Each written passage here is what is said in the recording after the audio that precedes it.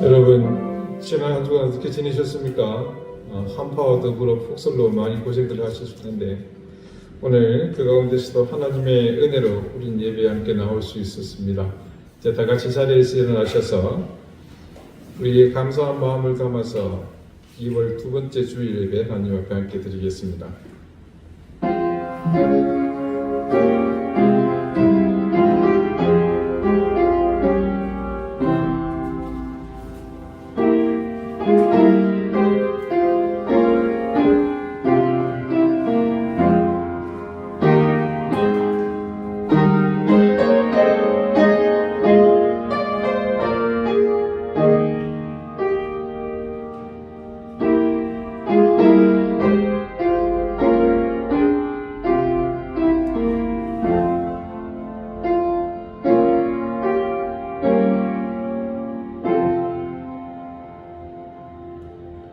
이날은 여호와께서 정하신 것이라. 이날에 우리가 즐거워하고 기뻐하리로다. 여호와여 구하옵나니 이제 구원하소서. 여호와여 우리가 구하옵나니 이제 형통하게 하소서. 아버지 하나님, 몰아치는 눈보라와 맹추위 속에 전국의 산하가 꽁꽁 얼어붙었습니다. 지금 세상의 민심처럼 국제사회의 어려운 경제 상황처럼 온통 냉기가 이 세상을 가득 채웠습니다. 그 가운데서도 우리는 하나님이 주시는 옹기 속에 담긴 은혜와 사랑으로 인자와 긍휼로 매서운 추위를 충분히 이기고도 남았습니다. 아무리 추위가 맹렬해도 이내 다가올 봄 기운에 무릎을 꿇을 것이며 세상은 얼어붙은 생명이 소진한 것 같은 이 대지 위에 그리고 산천에 새로운 생명이 힘차게 뻗어나올 것을 믿습니다. 우리는 그 믿음으로 이 시간 창조주 하나님을 향해 감사와 고백의 예배를 드립니다. 거룩하신 하나님, 우리의 예배를 받아 주십시오. 주님 앞에 겸비하여 예배하는 사랑하는 주의 자녀들에게 하늘의 신령한 은혜를 넘치게 더해 주시며 땅의 기름진 복으로 채워 주십시오. 예수 그리스도 이름으로 기원하옵나이다. 아멘. 찬송가 2장 함께 찬송하겠습니다.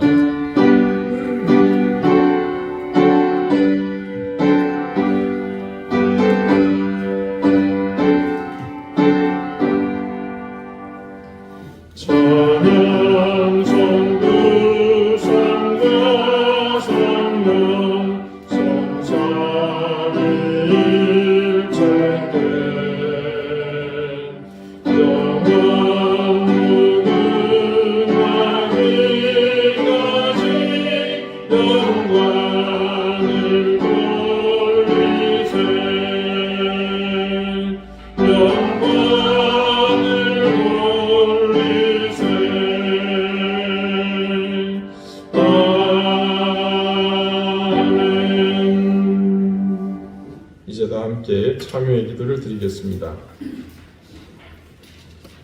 여호와의 손이 짧아 구원하지 못하심도 아니요 귀가 둔하여 듣지 못함도 아니요 오직 우리의 죄가 우리와 하나님 사이를 내었음을 깨달으며 이 시간 하나님과 우리를 가로막은 모든 죄와 허물을 아버지 앞에 자백합니다. 우리는 하나님을 향해 기도를 멈춘 죄가 있습니다. 내 몸과 같이 돌보라 말씀하신 이웃을 돌보지 못한 죄가 있습니다. 너희는 거룩하라 세상과 구별되라고 하셨지만 그렇지 못하고 세상 속에 속한 사람처럼 거짓되고 악한 말을 한 죄가 있습니다. 원수까지도 사랑하라고 말씀하신 그 명령을 지키지 못하고 형제를 미워하고 시기하고 질투했던 죄가 있습니다. 너희는 안식일을 거룩하게 지키라 말씀하신 계명을 망각하고 주의를 거룩하게 지키지 못한 죄가 있습니다. 먹든지 마시든지 무엇을 하든지 하나님께 영광을 위해서 하라시던 말씀 또한 지키지 않은 죄가 있습니다. 자비로우신 하나님, 머리털보다도 더 많은 죄를 고백하오니 동리 서에서 먼 것 같이 우리의 죄와 허물을 멀리 옮겨 주십시오. 기억하지 말아 주십시오. 회개하는 저희를 정결하게 하셔서 오늘 이 예배에 합당한 예배자로 서게 해 주십시오. 이제는 하나님과 나만이 하는 은밀한 죄를 생각하며 계속해서 침묵 가운데 참회의 기도를 드립니다.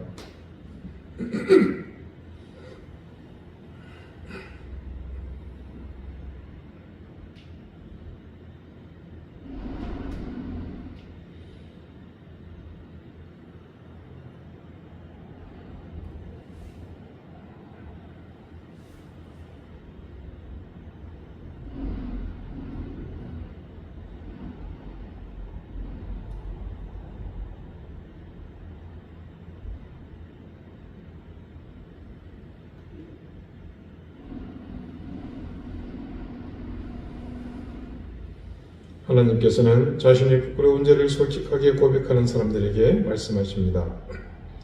주와 같은 신이 어디 있으리까? 주께서는 죄악과 그 기업에 남은 자의 허물을 사유하시며 이내를 기뻐하심으로 진노를 오래 품지 아니하시나이다. 아멘. 이제는 사도신경으로 우리의 신앙을 고백하오니 나는 전능하신 아버지 하나님 천지의 창조주를 믿습니다. 나는 그의 유일하신 아들 우리 주 예수 그리스도를 믿습니다. 그는 성령으로 잉태되어 동정녀 마리아에게서 나시고 본디오 빌라도에게 고난을 받아 십자가에 못 박혀 죽으시고 장사된 지 사흘 만에 죽은 자 가운데서 다시 살아나셨으며 하늘에 오르시어 전능하신 아버지 하나님 우편에 앉아 계시다가 거기로부터 살아있는 자와 죽은 자를 심판하러 오십니다. 나는 성령을 믿으며 거룩한 공교회와 성도의 교제와 죄를 용서받는 것과 몸의 부활과 영생을 믿습니다. 아멘. 자리에 앉으시기 바랍니다.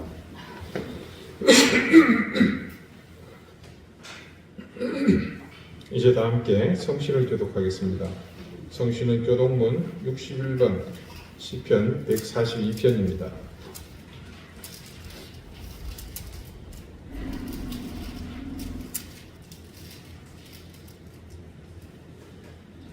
내가 소리내어 여호와께 부르짖으며 소리내어 여호와께 간구하노라. 내가 내 원통함을 그의 앞에 토로하며 내 우환을 그의 앞에 진술하노라.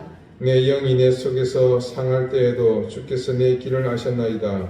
내가 가는 길에 그들이 나를 잡으려고 우물을 숨겨합니다. 오른쪽을 살펴보소서. 나를 아는 이도 없고 나의 피난처도 없고 내 영혼을 돌보는 이도 없나이다. 여호와여 내가 주께 부르짖어 말하기를 주는 나의 피난처시요 살아있는 사람들을 땅에서 나의 부르짖음을 들으소서. 나는 심히 비천하니이다. 나를 핍박하는 자들에게서 나를 건지소서. 그들은 나보다 강합니다. 내 영혼을 옥에서 이끌어내사 주의 이름을 감사하게 하소서. 주께서 나에게 갚아주시리니 의인들이 나를 들으리이다. 아멘. 기도드리겠습니다. 하나님, 2주간에는 폭설로 그리고 한파로 힘든 시간을 보냈습니다. 그 가운데서도 우리를 지키시고 은혜와 사랑으로 인도하신 그 사랑에 오늘 이 자리에 함께 나와 거룩하신 하나님을 향해 예배드릴 수 있음을 감사드립니다. 매서운 추위 속에서도 우리는 모두 소망을 두고 봄날의 생기 가득한 따스함을 고대합니다. 단지 기다리는 것을 넘어 겨우내 얼어붙고 다쳤던 마음들을 털어내고 다가오는 변화에 뒤처지지 않도록 우리를 인도해 주시기를 구합니다. 이 얼어붙은 만물을 모두 녹이고 새파란 싹을 내게 하시는 생명의 하나님께서 이끄시는 그 은혜와 복 누리기를 원합니다. 부디 바라옵기는 그 소망으로 오늘 하루를 살아가는 이든교회 모든 가족에게 은혜와 사랑을 더해 주시옵소서. 하나님, 세상은 깊은 어둠에 점점 빠져들고 있습니다.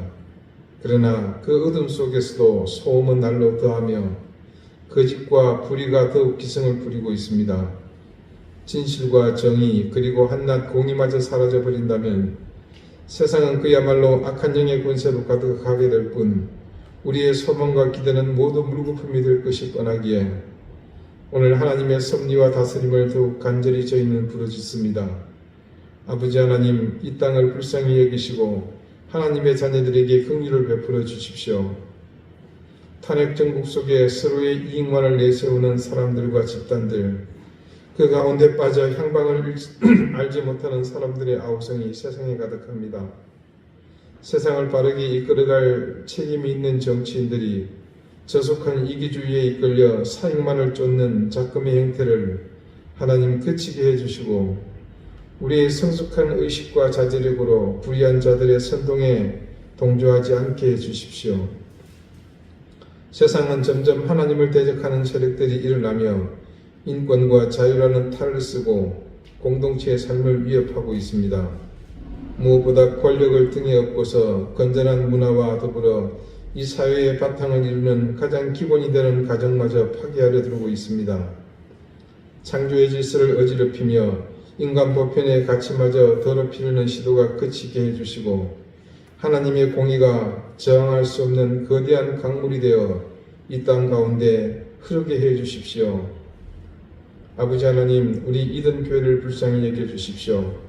한 사람의 신앙인으로 그리고 스스로가 교회된 이 존귀한 하나님의 자녀들이 그 존귀함에 합당한 하나님의 은혜와 복을 누리기를 간절히 구합니다. 가정의 평강을 더하시고 생업의 복을 내려 주십시오.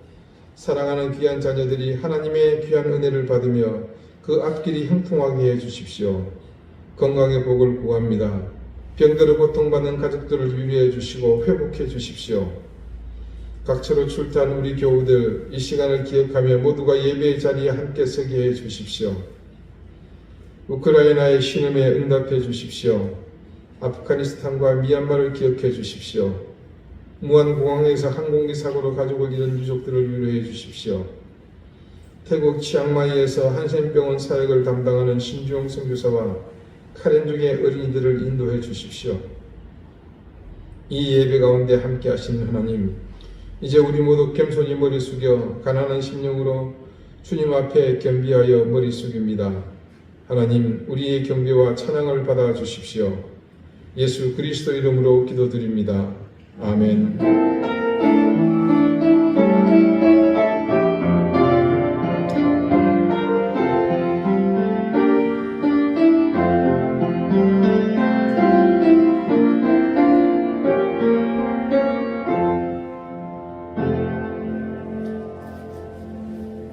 찬송가 15장 함께 찬송합니다.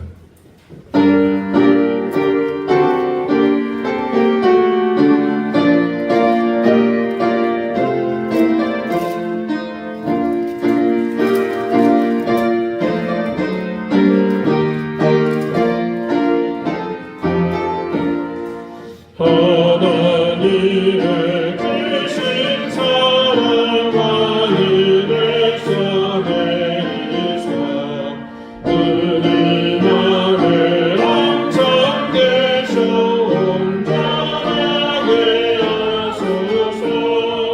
우리 주님 자비하사 사랑도 하시니 두려워서 빠진 자를 구원하여 주소서. 걱정 근심 많은 자를 성령 감하시며 복과 은혜 사랑받아 평안하게 하소서. 천국 끝이 되신 주님 항상 인도하셔서 마귀 유혹받는 것을 속히 금계하소서. 전능하신 아버지여 주의 능력 주시고 우리 맘에 임하셔서 떠나가시마소서. 주께 영광 항상 돌려 천사처럼 섬기며 주의 사랑 영영토록 전수하게 하소서. 우리들이 어딘 가서 주님 얻게 하시고 주의 크신 구원받아 온전하게 하소서. 영광에서 영광으로 천국까지 이르며 크신 사랑 감격하여 경배하게 하소서. 아멘. 오늘 하나님께서 이 예배 가운데 주시는 말씀은 신약성경 에베소서 6장 13절에서 16절까지 말씀입니다. 신약 316쪽입니다.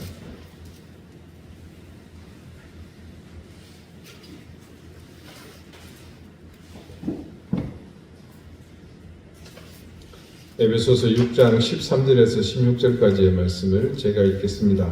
이제 다 같이 자리에서 일어나셔서 하나님의 말씀을 경청하십시오. 그러므로 하나님의 전신갑주를 취하라. 이는 악한 날에 너희가 능히 대적하고 모든 일을 행한 후에 서기 위함이라. 그런즉 서서 진리로 너희 허리띠를 띠고 의의 호심경을 붙이고 평안의 복음이 준비한 것으로 신을 신고 모든 것 위에 믿음의 방패를 가지고 이로써 능히 악한 자의 모든 불화살을 소멸하고. 아멘. 자리에 앉으시기 바랍니다. 하나님께서 이 말씀으로 우리에게 은혜 주시기를 원합니다. 마태복음 6장 30절에 우리 주님께서 이르시기를 오늘 있다가 내일 아궁이에 던져지는 들풀도 하나님이 이렇게 입히시거든 하물며 너희일까 보냐 믿음이 적은 자들아 라고 하셨습니다. 그리고 동일한 마태복음 15장 28절에서는 또 이르시기를 이에 예수께서 대답하여 이르시되 여자여 너의 믿음이 크도다 네 소원대로 되리라 하시니 그때로부터 그의 딸이 나으니라 라고 말씀하십니다. 이 두 절의 말씀을 두고 보자면 믿음이라는 그것이 단지 믿는다, 믿지 않는다의 차원이 아니라 믿음에도 정도가 있다는 것을 알게 됩니다. 믿음이라고 해서 다 같은 믿음이 아니라는 거죠. 방금 읽어드린 마태복음 말씀 가운데 이 두 절의 말씀에서 그 사실이 분명히 드러나고 있습니다. 먼저 6장 말씀에서는 우리 주님이 하나님을 믿는다고 하면서도 매일 무엇을 먹을까, 무엇을 입을까 걱정하는 사람들을 가리켜서 믿음이 적은 자들이라고 말씀하십니다. 반면에 유대인이 아닌 이방인이라는 이유로 개만도 못한 취급을 받는 가운데 국을 하듯이 주님의 자비를 구하면서도 주님에 대한 신뢰를 보였던 한 여인에 대해서 우리 주님은 그 여인을 향해 네 믿음이 크도다라고 하셨습니다. 결국 주님이 보시기에 작은 믿음이 있는가 하면 큰 믿음도 있다는 뜻입니다. 예수님이 말씀하시는 믿음에는 정도의 차이가 분명히 있음을 이 말씀을 통해서 우리는 알 수 있습니다. 주님이 우리를 보실 때 어떤 사람의 믿음은 죽은 믿음이기도 하고 영혼을 구원할 만큼 싱싱하게 살아있는 믿음도 있는 것을 알 수 있습니다. 가령 예를 들어서 신령한 믿음, 그것은 아주 성숙한, 농익은 그런 믿음을 말합니다. 그런가 하면 아주 어린아이 같은 수준에서 벗어나지 못하고 있는 미숙하고 유치한 믿음도 있습니다. 그렇다면 과연 이런 다양한 형태로 나타나는 믿음의 종류 중에 여러분은 자신의 믿음에 대해 어떻게 규정할 수 있으시겠습니까? 조금 깊이 생각해 보아야 할 문제입니다.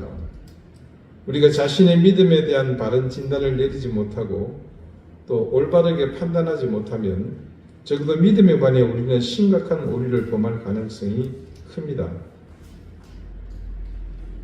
믿음에 대한 그 심각한 오류는 잘못된 신앙생활로 이어지게 될 것이고 결국은 하나님과의 관계, 예수 그리스도와의 관계, 그리고 성령님과의 관계도 문제가 생길 소지가 다분합니다.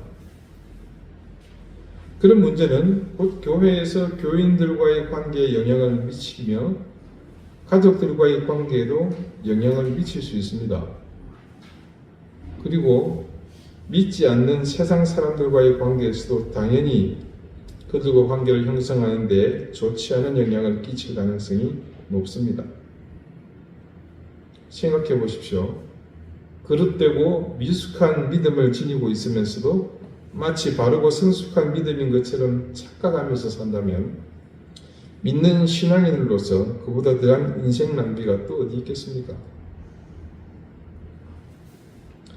그래서 우리는 믿음에 대해서 다시 한번 생각해 봐야 합니다. 먼저 믿음을 정의해 봅시다. 우리 성숙자반의 서두에 믿음을 어떻게 규정했던 것을 기억하실 겁니다.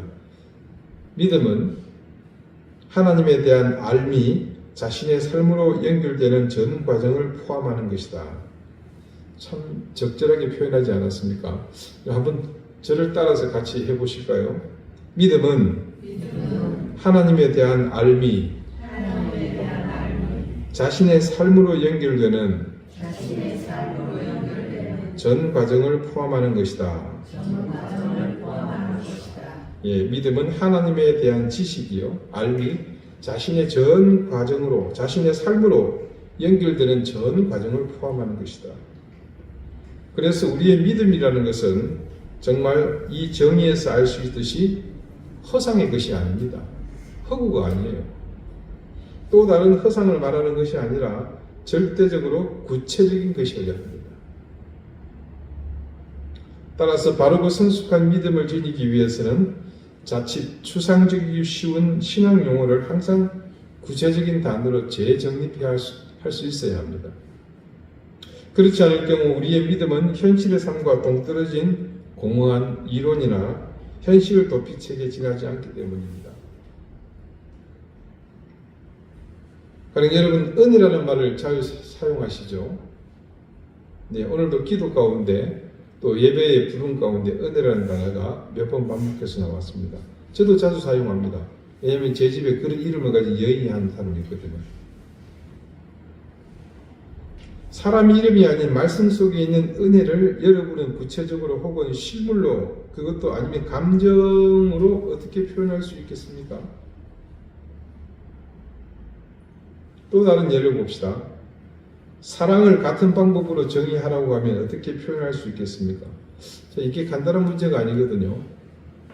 자, 가령 청춘 남녀가 뜨겁게 사랑하는데 이건 분명 사랑이 맞습니다.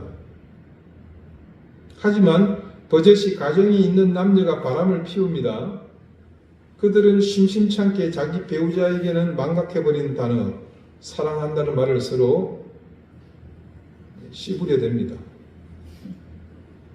이분들은 그냥 사랑한다고 말하지 않습니다. 갖다 붙일 수 있는 많은 수식어를 동원해서 사랑한다고 하는 경우가 많습니다. 네, 이것도 사랑이 있습니다. 이런 일도 있습니다. 제가 어릴 때부터 다녔던 모교회가 청년 시절에 벌써 이게 30년 가까이 됐네요. 그때 교인들 간에 크게 분열이 일어났어요. 다들 아시겠지만 소동이 일고 예배가 망쳐지고 그러다가 결국 갈라졌는데요. 저는 그 당시에 학교에 다니고 있을 때라 현장이 없었지만 말을 들어보니까 대개 일어나는 교회의 사태와 대동소이했습니다.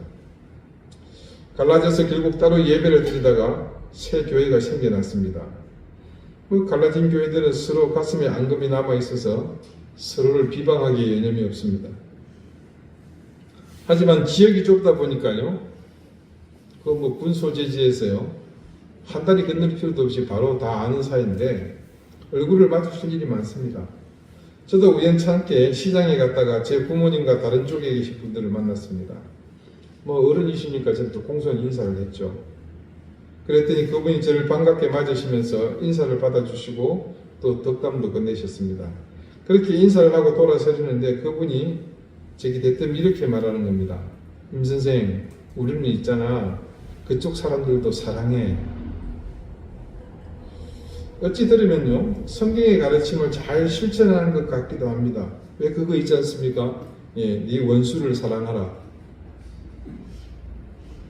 사랑이란 말은 아주 쉬운 듯 그리고 무조건적으로 사용하고 있는 것 같지만 그게 얼마나 추상적입니까?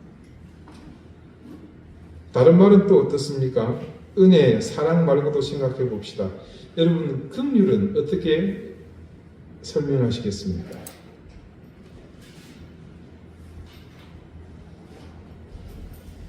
소망, 이 엘피스는 또 어떻게 설명하시겠습니까? 인애, 헤세드, 이런 것도 또 어떻게 설명할 수 있으시겠어요? 실제로 신앙생활을 하는 그리스도인들이 신앙생활의 현장에서 흔히 사용하는 대부분의 단어는 그 뜻이 모호하고 추상적이기 이를 데 없습니다. 이런 단어들이 내 삶과 관련되어서 구체적으로 어떤 뜻과 개념을 지니는지 우리는 늘 확인해야 합니다. 왜 우리의 믿음이 구체화되어야 한다고 했습니까? 우리의 삶에서 그리고 현실에서 동떨어진 이론이 되지 않도록 그리고 현실 도피의 수단이 되지 않기 위해서라고 말씀드렸습니다. 근데 더 중요한 이유가 있습니다. 여러분 짐작하시겠지만 이 믿음이 우리의 중요한 방패가 되기 때문입니다. 무기가 되기 때문입니다. 오늘 본문에 모든 것 위에 믿음의 방패를 가지고 이로써 능히 악한 자의 모든 불화살을 소멸하고 라고 말씀하고 있습니다. 우리가 믿음이라는 방패가 있어야 악한 영들, 마귀가 우리를 향해 쏘아대는 이 불화살을 막아낼 수 있다고 그렇게 증거합니다. 여기서 말하는 불화살은 하나가 아닙니다. 다양한 수없이 많은 종류의 화살이 우리 인생의 곳곳을 향해 생각지도 못한 순간에 우리 삶의 현장을 통해서 날아오지 않습니까? 그때 이 화살들이 마구마구 날아올 때 우리의 형편으로는, 우리의 힘만으로는 이 같은 화살들을 모두 막아내지 못합니다. 그래서 하나님이 우리에게 이 화살들을 막을 수 있는 방패를 주셨습니다. 그것이 뭐다? 바로 믿음이라는 거죠. 결론부터 말씀드리면 하나님을 철저히 신뢰하고 믿는 이 믿음만이 언제 날아올지 모르는 셀 수도 없는 그 화살들을 막아낼 수 있다는 겁니다. 자, 질병으로 말할 수 없는 극한의 고통을 받고 있습니다. 이럴 때 우리의 믿음은 이 질병이 주는 고통과 그로 인한 여러 가지 고난에서 우리가 이길 힘을 줍니다. 이런 엄청난 고통은 단순히 육체적인 고통에서 그치는 것이 아니라 환자의 정신세계를 나약하게 만들고 병들게 하죠. 가족 또한 병시중하면서 함께 그 고통에 휩쓸리게 됩니다. 그러나 우리에게 믿음이 있을 때 그런 모든 환난에서 벗어나게 됩니다. 우리는 종종 불치의 병에서 믿음으로 이겨내고 치유받은 사람들이 하는 이 감사의 고백을 듣지 않습니까? 우리가 겪는 대개의 어려움 중에 가장 대표적인 걸 꼽으라면 아마 물질에 관한 것일 겁니다. 그것 또한 우리를 실족하게 하는 아주 강력한 사탄의 불화살입니다. 우리가 믿음이 없으면 이 물질의 화살로 인해서 가정이 파탄이 나기도 하며 건강을 잃는가 하면 사람과의 관계가 완전히 깨져버립니다. 심지어는 범죄자로 내몰리기도 하죠. 여러분, 물질의 어려움 자체는 문제가 아닙니다. 그거는 누구든 겪을 수 있는 거예요. 그러나 그것으로 인해서 생기는 여러 가지 현상들이 문제인 것이죠. 그럴 때 우리에게 굳건한 믿음이 있다면 그 믿음을 통해 우리는 물질로 인한 환난을 벗어날 힘을 얻게 됩니다. 또한 오랫동안 신앙생활을 했지만 나를 옥죄는 감출 수밖에 없는 나만 홀로 맡고 있는 불화살이 또 있습니다. 내 사랑하는 배우자가 혹은 내 자녀와 부모가 혹은 절친한 벗이 내 신앙 때문에 혹은 내 신앙의 양심 때문에 내게 화살이 되어 꽂히는 사람들이 있습니다. 신앙이 아니더라도 근본적으로 불완전하고 유한한 존재이기 때문에 우리는 수없이 많은 불화살을 필연적으로 맞아야 합니다. 그 역시 믿음이 있을 때 그 화살들을 막아낼 수 있습니다. 내게 굳건한 믿음이 있다면 그 사람들과의 관계와 상황 속에서 우리는 절망과 아픔이 아니라 새로운 희망과 미래를 볼 수 있습니다. 그것은 비단 개인뿐만이 아니라 교회 공동체가 그렇고 전체 나라와 민족이 또한 그와 같습니다. 여러분 한번 생각해 봅시다. 세상을 가장 끔찍하게 만드는 것이 무엇이겠습니까? 여러 가지가 있을 수 있죠. 경제 위기, 또 외세 침입. 그러나 그런 것들은 극복해 나가면 됩니다. 근데 정말 힘들게 만드는 것은, 끔찍하게 만드는 것은 내일에 대한 확신이 없어질 때입니다. 즉 희망이 사라지는 것, 그것처럼 끔찍한 일은 없습니다. 누구든 내일로 희망으로 나가고 싶지 않은 사람이 있겠습니까? 어떤 지도자건 어떤 리더건 모두가 그 공동체에게 무엇보다도 희망을 주고 싶어 합니다. 그런데 모두가 그런 청사진을 말하지만 남발하지만 결국 그냥 청사진에 불과합니다. 왜 그렇습니까? 매일로 나가는 길목에 쏟아지는 그 화살에 모두가 쓰러지기 때문입니다. 악한 영은 우리가 이 화살에 맞아 쓰러지기를 기대합니다. 그리고 우리가 붙들고 있는 이 믿음의 끈을 놔버리고 자신의 발 아래 복종하기를 기대합니다. 왜냐하면 수많은 사람들이 이 악한 영이 쏘아대는 화살에 맞아서 이미 그 영혼이요 자기들 발 앞에 굴복하는 것을 이 악한 영들은 매 순간순간 체험하고 있기 때문입니다. 우리가 쓰러져 그 발 아래 복종하게 되는 것은 결국 우리 인생이 무너지는 그것으로 끝나지 않습니다. 하나님 나라의 백성으로 하나님의 법을 따라 사는 길을 포기하게 만들고요. 마침내는 우리가 하나님의 자녀로 구원받은 백성으로 사는 길을 포기하게 만듭니다. 그야말로 지금 우리의 모든 것을 그대로 짓밟고 무너뜨리고 맙니다. 얼마나 무서운 힘입니까? 하지만 온전한 믿음이 가지는 힘은 더욱 강력합니다. 어떤 힘보다도 강력합니다. 그 힘은 큰 산을 들어서 옮기는 능력입니다. 그것도 여러분 겨자씨 한 알만큼만의 분량이면 충분합니다. 자, 그러면 여기서 한 가지 의문이 생기죠. 나는 그러면 분명히 믿음이 있는데 왜 말씀처럼 그렇게 되지 않고 나는 맨날 이 불화사에 여기 맞고 저기 맞고 고슴도치가 되었는가? 이유가 있습니다. 그것은 그 믿음에 반드시 있어야 하는 것들이 결여되어 있기 때문입니다. 단 한 알, 겨자씨 한 알만한 분량으로도 큰 산을 옮길 수 있는 그 능력을 가진 믿음은요, 반드시 있어야 하는 것들이 있습니다. 그런 믿음을 얻기 위해서 우리에게 요구되는 것이 있다는 겁니다. 그 요구의 핵심은 믿음이 온전한 그 능력을 갖추도록 하는 데 필요한 모든 것들을 우리가 갖춰야 하는 겁니다. 내가 온전히 믿고 싶은데 그래서 결단하고 실천하겠다고 마음먹는 순간 머릿속에 제일 먼저 떠오르는 것들이 있습니다. 내 의지를 멈추게 하는 것들입니다.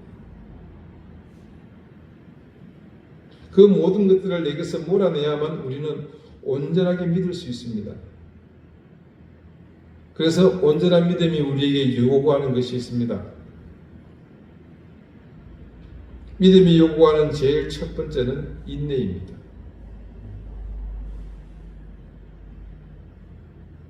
(2017년) 방주재단이 서서히 마각을 드러낼 때 감사하게도 저는 성지 이스라엘을 방문하게 되었습니다. 그때 휴가를 계획하면서 여러 생각을 했어요. 근데 때마침 이스라엘에서 20년 가까이 거주하고 있는 저와 목사 안수를 함께 받은 이강건 목사님이 제게 SNS로 연락을 주셨어요. 신학대학원 동기이기 때문에 좀 개인적인 친분이 있습니다. 이스라엘에 한번 오면 어떻겠냐는 겁니다.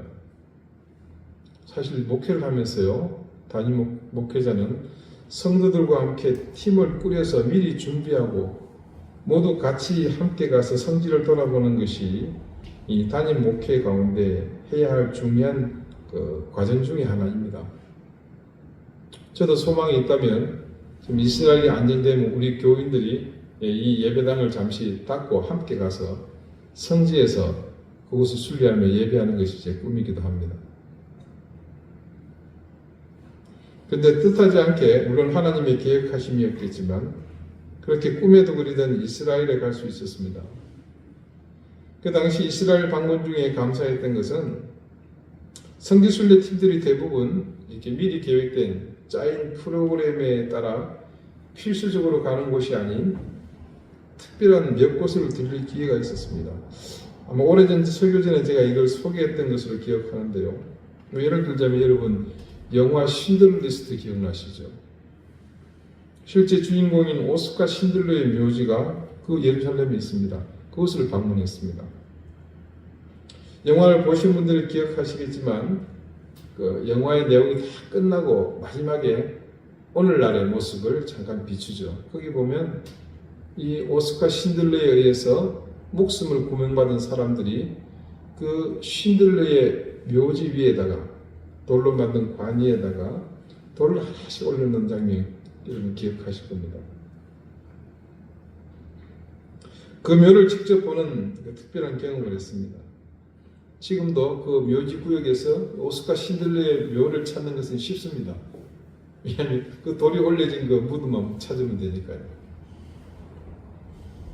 그리고 또 한 곳 현지 목사님의 강력한 추천으로 성지 순례객들이 거의 아마 대부분 가지 않는 곳입니다. 이스라엘 남부 끝에 있는 미츠페 라몬이라는 작은 소도시를 방문하게 된 일입니다. 이스라엘의 영토를 지칭할 때 우리 성경에서 자주 등장하는 말이 있죠. 단에서 브엘셰바까지.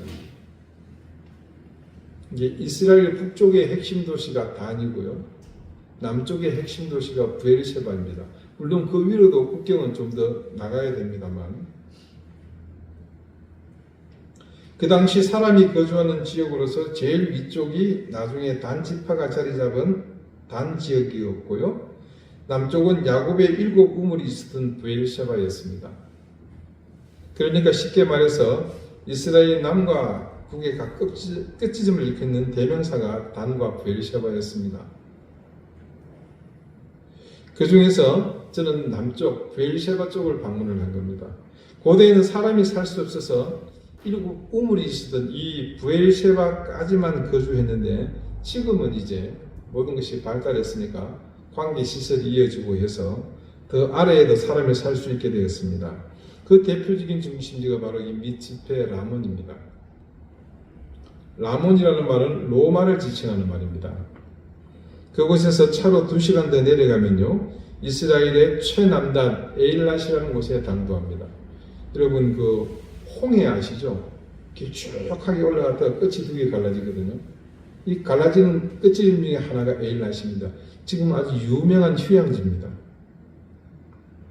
오래전 당시 이 에일랏에서 브엘셰바까지 도로 공사를 하게 됩니다. 보통 두 지역을 이을 때 보면 중간 지점에 뭔가 물류기지라든지 자재를 보관하는 곳을 만들게 되죠. 그래서 형성된 곳이 이 미츠페 라몬인 겁니다. 그 당시에 도로 공사를 담당했던 사람들은 루마니아에서 온 노동자라고 합니다. 이 라몬이라는 이름도 기실은 이 루마니아는 뭡니까? 이름 자체가 로마의 땅이라는 거거든요. 로마의 후예들입니다. 그러니까 이 라몬이라는 이름도 자연스럽게 붙여지게 된 겁니다. 루마니아 사람들의 이름으로. 근데 미츠페라는 말은 히브리어로 망대입니다. 그러니까 망대 같은 도시 라몬이다 이 뜻이 되는 겁니다. 왜 그런가 하니 이 미츠페 라몬을 가보면요 도시 끝에서 갑자기 뭔가 큰 변화가 일어납니다. 뚝 끊어져요. 그러면서 수십 미터 낭떠러지로 이렇게 구분이 되는 겁니다. 그 낭떠러지부터 시작해서 그 낮은 지역에서 또 새로운 지형이 시작이 됩니다.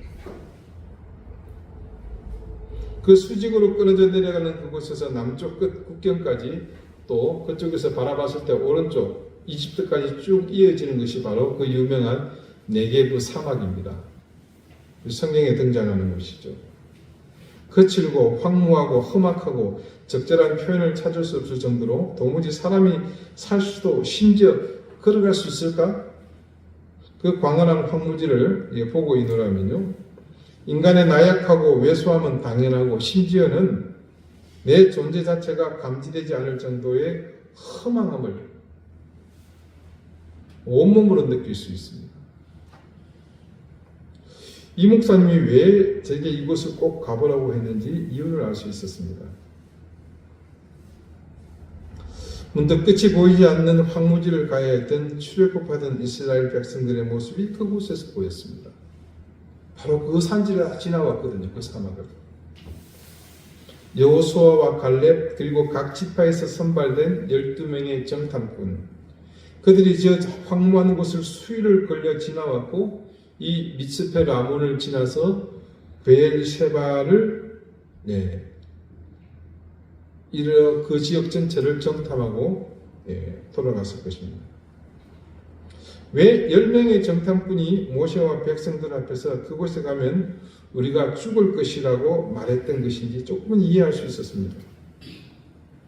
물론 성경 말씀을 보면요, 정탐꾼들의 눈에 직접 목격된 아낙 자손이라는 상징적인 허들, 장애가 있었지만요, 현실적으로 그들을 무기력하게 만들고 나약하게 했던 이유가 저는 바로 그때 제 눈으로 목격한 그 네게브 사막이었다는 생각을 하게 된 겁니다.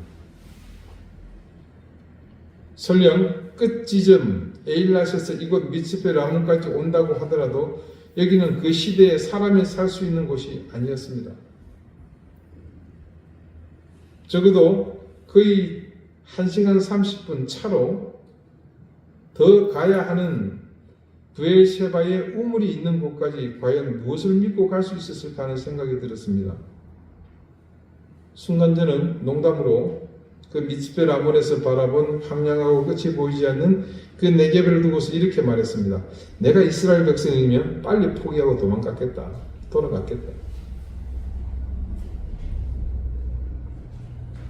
결국 인내하지 못했던 12명의 정탐꾼 중에 10명, 그들과 이스라엘 백성들은 이곳을 보지도 못하고 네게브 사막 끝에서 이곳으로 와보지도 못한 채 모두 죽고 말았습니다. 인내하지 못했기 때문입니다. 왜 인내하지 못했습니까? 믿지 못하니까.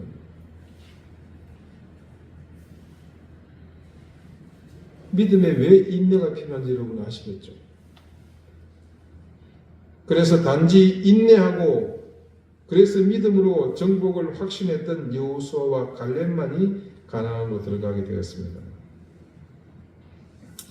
믿음이 요구하는 또 한 가지는요, 철저한 자기 부인입니다. 예수 그리스도를 구주로 고백하는 우리 신앙의 그 가치를 드러내는 것은 그분이 우리의 구주가 되신 바로 그 현장, 어디입니까? 십자가 위잖아요. 그 위에서 자신을 소멸하시면서 죄물이 되신 것처럼 내가 죄물이 되어 태워져 없어질 때입니다. 태워져 없어지는 것 우리 들은 것 같지 않습니까? 구약의 5가지 제사 중에 제일 먼저가 뭡니까? 번제 아닙니까? 다 태워 없애는 거예요. 누가? 내가 다 태워지는 겁니다. 구원이라는 것은 결과입니다. 그 결과에 이르기 위한 중요한 과정 중 하나가 바로 이것입니다. 내가 십자가 위에서 부인되어야 합니다. 주님 앞에서 내가 없어져야 비로소 그분의 손길이 보이는 것입니다.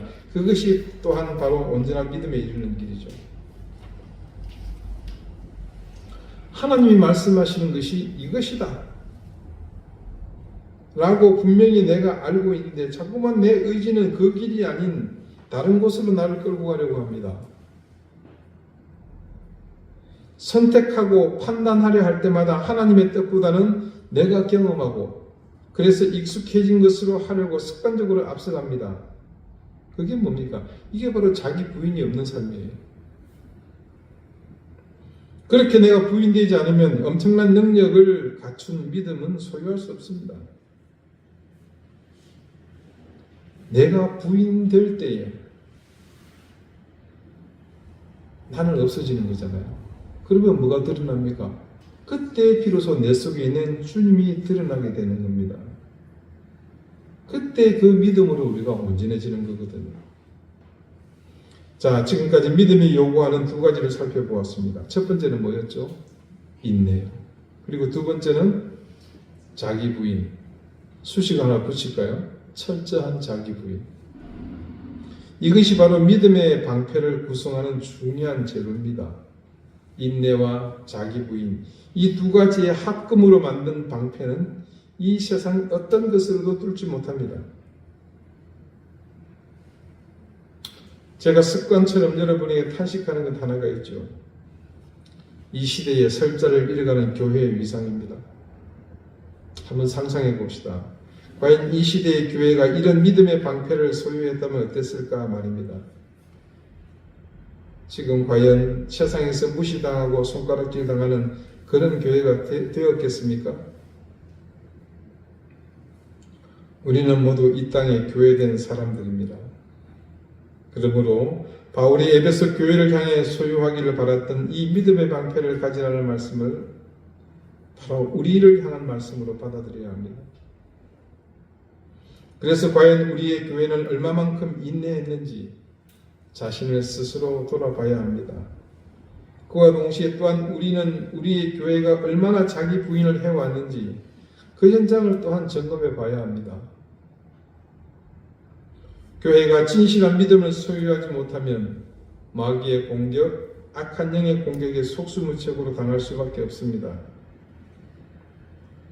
오늘 이 땅의 교회가 비난의 대상이 되고 자기들만 아는 이기적인 공동체로 평가받는 데는 바로 이런 참다운 믿음의 구성 요소들이 결핍될 까닭입니다.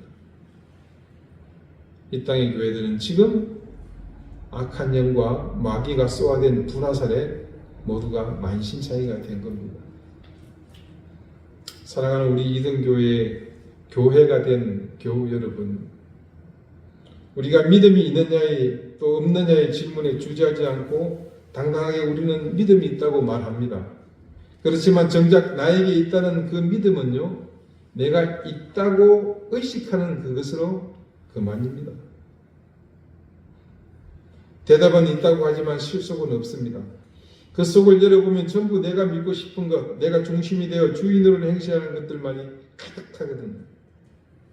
그러다 보니 실제로 태산을 옮길 만한 능력이 있는 진짜 믿음은 우리에게서는 아무 힘도 쓸 수가 없습니다. 무용지물입니다. 이제 대답은 정해졌습니다. 우리는 모두 이전에 내가 가졌던 그 허울뿐인 믿음은 내버리고 온전한 인내와 자기 부인이 골격을 이루는 참된 믿음을 가지도록 하는 것뿐입니다. 여러분, 태산을 옮길 만한 힘을 가진 이 믿음이 악한 영의 공격을 막아주는 방패가 된다면 과연 어떤 공격이 있어서 이 방패를 뚫을 수 있겠습니까? 그래서 바울은 우리가 악한 영의 모든 불화살을 막아낼 전신갑주로 이 믿음의 방패를 가지라고 한 것입니다. 세상은 항상 우리를 위협하며 우리 삶의 모든 곳에서 우리를 향한 도전을 멈추지 않습니다. 그래서 우리가 바른 신앙으로 살려고 할 때는 단 한순간도 마음을 편히 두고 살 수 없습니다. 바울은 그것을 악한 자의 모든 불화살이라고 말하고 있습니다. 말할 수 없는 공포와 더불어서 치명적인 해를 가하는 불화살이 우리 신앙의 현장으로 쉴 새 없이 쏟아지는 것이 과거와 지금 현재 그리고 미래에 우리가 만나야 할 모든 세상의 형편입니다. 더군다나 악한 영의 불화살은 앞서 보았지만 우리를 실족하게 만들고 두려움에 주저앉게 만들며 우리의 모든 의지를 꺾을 정도로 위협적인 공격입니다. 그럼에도 우리가 이 화살들을 막아낼 영적 전신갑주, 우리는 주님의 말씀 앞에서 인내하면서 그리고 나 자신이 끊임없이 부인함으로 온전한 능력을 갖춘 믿음을 소유한다면 제 아무리 강한 불화살이라고 할지라도 이 믿음의 방패로 충분히 그것들을 막아낼 수 있을 것입니다. 사랑하는 여러분, 여러분 모두 이 믿음의 방패를 소유하시길 바랍니다. 그래서 여러분이 인생의 무시로 날아오는 악한 영의 모든 불화살을 이 방패로 막아내며 여러분 자신을 지켜나가시기를 바랍니다. 기도드리시겠습니다. 주님, 세상은 온통 우리 인생을 향해 수없이 많은 화살을 쉴 새 없이 모든 삶의 현장으로 쏘아댑니다. 과거에도 그랬고 지금도 그러며 미래에도 그 현장은 변함없다는 사실을 우리는 압니다. 그래서 오로지 굳건한 믿음만이 방패가 되어 그 화살을 막을 수 있음을 알게 되었습니다. 오늘도 말씀 앞에서 주님의 교훈을 보면서 이제껏 내가 내 중심으로 이기적이며 자의적으로 판단하던 그 믿음은 버리고 온전히 인내하며 내 자신을 철저히 부인함으로 강력한 힘을 가진 믿음의 능력을 따라 사는 우리가 되기 원합니다. 그래서 그 믿음의 방패로 악한 영의 모든 불화살을 거뜬히 막아내는 믿음의 삶을 살아가게 해 주십시오. 예수 그리스도 이름으로 기도드립니다. 아멘.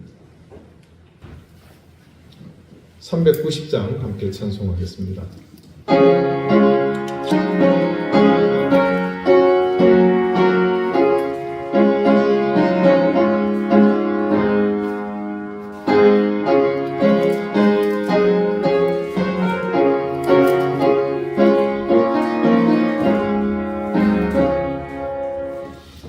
예수가 오늘의 신이 제가 건강하구나 주의 전복되는 것 예수가 오늘이시네 주가 항상 보여주시고 날 지니고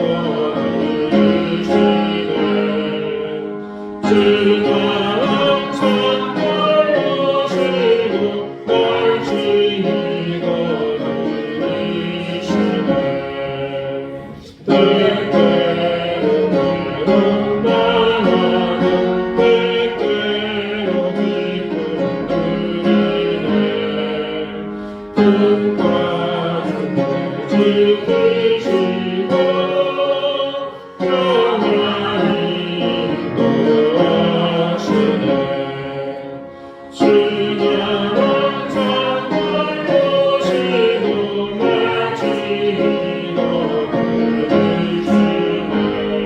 누리시네 주가 항상 보여주시고 날 지키고 누리시네 내 주의 손을 붙잡고 천국에 올라가겠네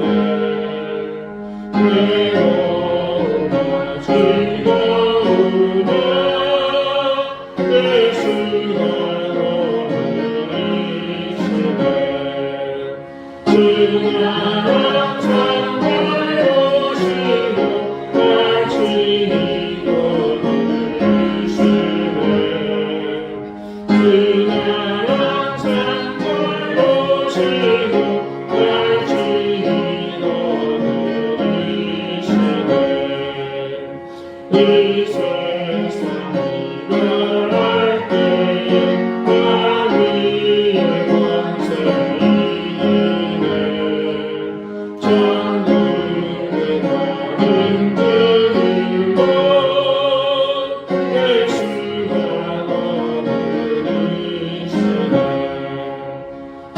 주가 항상 보여주시고 날 지키고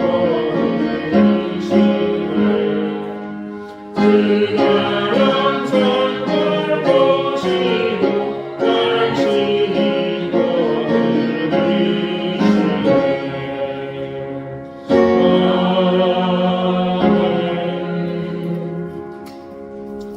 자비로우신 하나님, 하나님 앞에 사랑하는 주의 자녀들이 귀한 예물을 드렸습니다. 모든 것이 하나님께로서 왔음을 고백하는 마음으로 하나님이 주신 것 중 일부를 구별하여 드렸습니다. 그곳에 담은 저들의 마음과 정성을 기억하시고 하나님 말할 수 없는 하늘의 신령한 은혜, 땅의 귀한 복으로 드린 손길들 위에 채워주시기를 구합니다. 저들의 가정을 지켜주시고 사랑하는 자녀들의 앞길을 형통하게 해주십시오. 가정의 질부를 물리쳐 주시고 모든 환난과 어려움을 넉넉히 감당하며 이겨낼 하나님의 놀라운 능력과 은혜가 그곳에 풍성히 되어지기를 소망합니다. 교회를 사랑하며 매주 수고하고 섬기는 손길이 있습니다. 주님, 그 손길에 하나님께서 귀한 은혜를 더해 주시고 복을 더해 주십시오. 또 여러 곳으로 흩어져 있는 사랑하는 교우들을 지켜주시고 하나님께서 귀한 복과 은혜로 함께 해주시기를 간절히 구합니다. 감사드리며 예수 그리스도 이름으로 봉헌 기도드립니다. 아멘. 교회 소식 알려드립니다. 한파가 지속되고 있는데 이번 주는 좀 주춤해지겠죠. 그래도 여러분 건강관리 유의하시고 특별히 이 빙판에 미끄러짐 사고 여러분 특별히 주의하시기 바랍니다. 예, 구건사님 대회분 또 오래간만에 오셨습니다. 그리고 조선희 집사님 미국으로 가신 건 아시죠? 예, 개별적으로 연락이 오셔가지고 한번 통화를 했습니다. 영주권 신청이 들어간 것으로 보아서 미국 사람으로 살 모양입니다. 그래서 계속해서 또 기억하고 기도해 주시면 좋을 것 같고요. 특별히 다른 건 없고요. 또 나라와 민족을 위해서 어느 때보다 좀 간절히 많이 기도해 주시고 빨리 이 세월이 얼른 좀 지나갔으면 좋겠습니다. 그 외에도 기도의 제목을 늘 여러분에게 드리는 거 주보를 참고하시고 여러분 기도의 자리에서 함께 해주셨으면 좋겠습니다. 우리 시우는 이제 좀 괜찮아요? 네, 괜찮습니다. 네. 시우의 처방약은 우리 교인들의 기도입니다. 그래서 기억하시고 함께. 사모님 건강 괜찮으십니까? 네, 감사합니다. 김쌤도 괜찮으시고요. 휴경쌤, 예, 말들 다 잘했습니까? 네, 감사합니다. 네, 다 같이 자리에서 일어나셔서 우리 앞에 계신 분들과 자중하게 인사 나누시겠습니다. 54장 함께 찬송하겠습니다.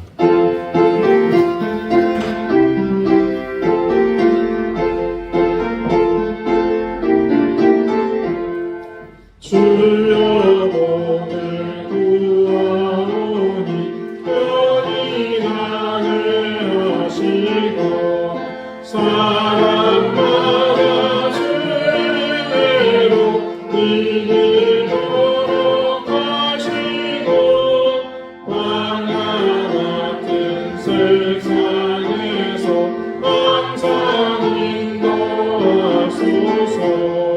주의 복된 말씀 듣고 무한 감사합니다. 구원받은 주의 성도 늘 맹게 하시며 하나님이 우리한테 항상 계시옵소서.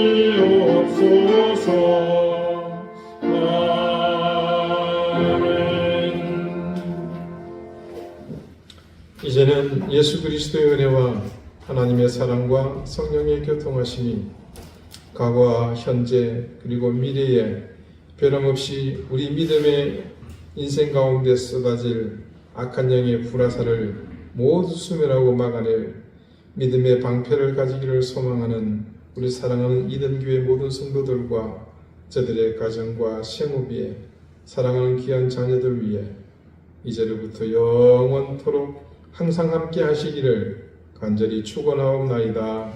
아멘.